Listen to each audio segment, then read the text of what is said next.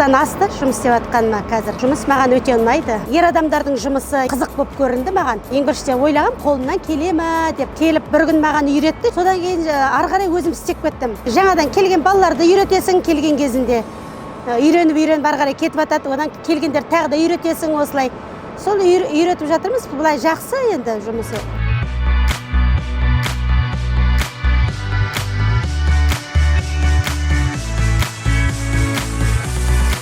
Әр жұмысымызды мұқиятпен, ыждахатпен істейміз жұмысымызды. Мен білем нені белгіні көргенде қуанамыз. Мен өзім ойлаймын, осы өзімнің істеген машинам бекен, менің көлігім бе, осы жөндеп менен шығып жатқан көлік па деп ойлаймын да енді осы. Менің машинам деп мақтанып қалам да өзі. Осы менің қолымнан шыққан деп.